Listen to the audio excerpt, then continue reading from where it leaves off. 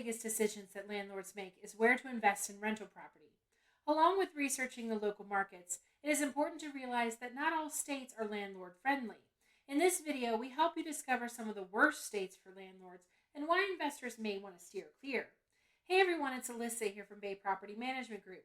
Before we get started, be sure to subscribe and hit that notification bell so you never miss out on exclusive content. With that said, let's jump into today's video.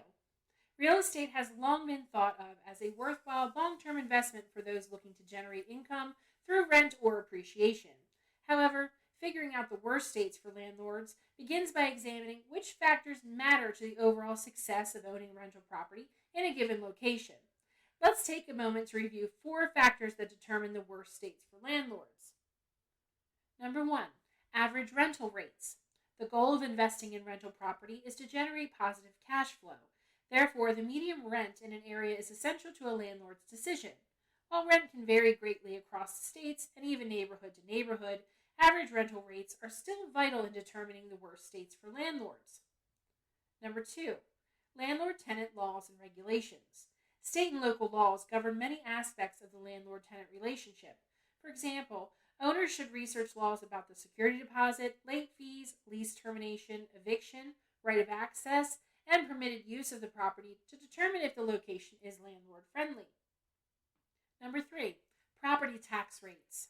Every property owner must pay property tax. However, some locations are more advantageous than others. Therefore, buying somewhere where property taxes are low and historically do not show large increases will equal more money in your pocket. So owners must be aware of the local municipality and possible city taxes depending on the home's location. Number 4, appreciation rates and property values.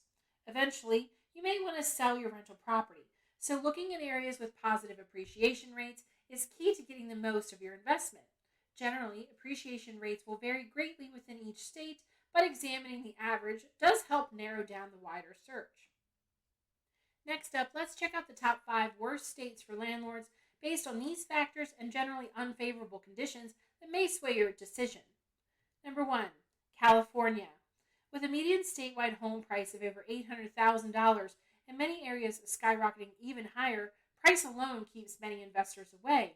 Additionally, California's Tenant Protection Act, enacted in 2019, created both statewide rent control and eviction laws that affect most residential properties, so not great news for landlords.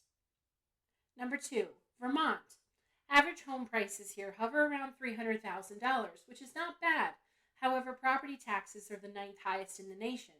That, combined with strict security deposit laws and the ability for tenants to withhold rent until landlords make essential repairs, means Vermont is one of the worst states for landlords. Number 3, Nebraska. Nebraska ranks 4th in the country for property tax rates, despite having affordable average home prices. That said, rent here only averages around $850 to $1,100 per month, and owners have a mere 14 days in which to return the security deposit. Additionally, this state restricts actions landlords can take against lease violations, making them wait until 30 days after the notice is sent to terminate the lease. Number 4, Rhode Island. Tenants in Rhode Island may repair and deduct or withhold rent until essential repairs are completed. Furthermore, tenants have up to 20 days to cure a lease violation complaint before a landlord can terminate the agreement. Also, property taxes are high enough to make Rhode Island one of the worst states for landlords. And number 5, Washington State. Washington requires owners to make significant informational disclosures that can slow the process of signing new tenants. In addition, city and local ordinances can significantly stifle landlord freedom relating to evicting a tenant without cause. While these states are tough on landlords, they are not the only ones. Here are a few more states that landlords must consider carefully before deciding to invest. New York. It's no surprise that New York makes the list of worst states for landlords. From the anxiety-inducing prices in the major cities to the myriad of rental laws, being a landlord here requires a thick skin and deep pockets. Statewide, the average property tax rates and prices vary widely by location. In addition, landlords have only 14 days to return all or a portion of the security deposit. Massachusetts.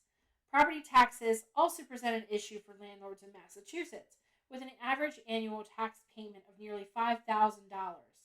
States where taxes and prices are high will ultimately cut into a landlord's end-of-year profits. Therefore, they may not be worth the trouble or expense.